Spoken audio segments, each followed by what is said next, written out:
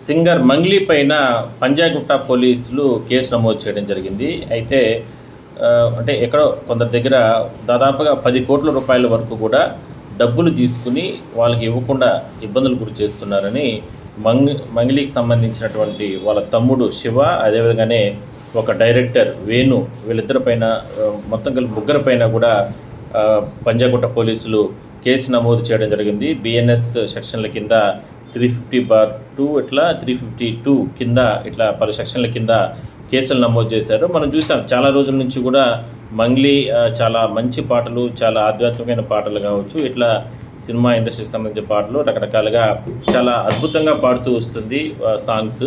So ఆ మధ్య కాలంలో కూడా ఆమె కొన్ని బుల్లితెరలో అంటే చిన్న చిన్న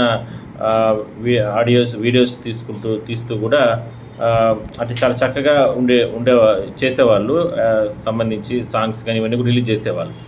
సో బహుశా ఆ సందర్భంలో ఏదైనా సరే ఎవరి దగ్గర తీసుకున్నారేమో తెలియదు, కానీ దానిపైన పోలీసులు విచారణ జరుపుతున్నారు.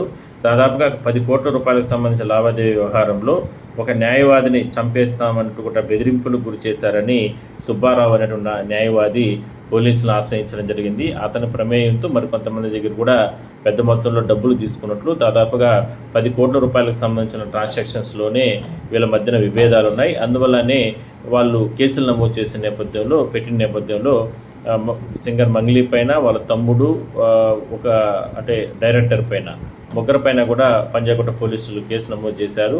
ఒక వివాదంగా ఆమె ఇప్పటి వరకు దూరంగా ఉండేది, బట్ ఏంటంటే పోలీస్ కేసులు అనే కొద్దికి ఇంక వివాదం అనే మనం చూద్దాం మరి ఏం జరుగుతుందో.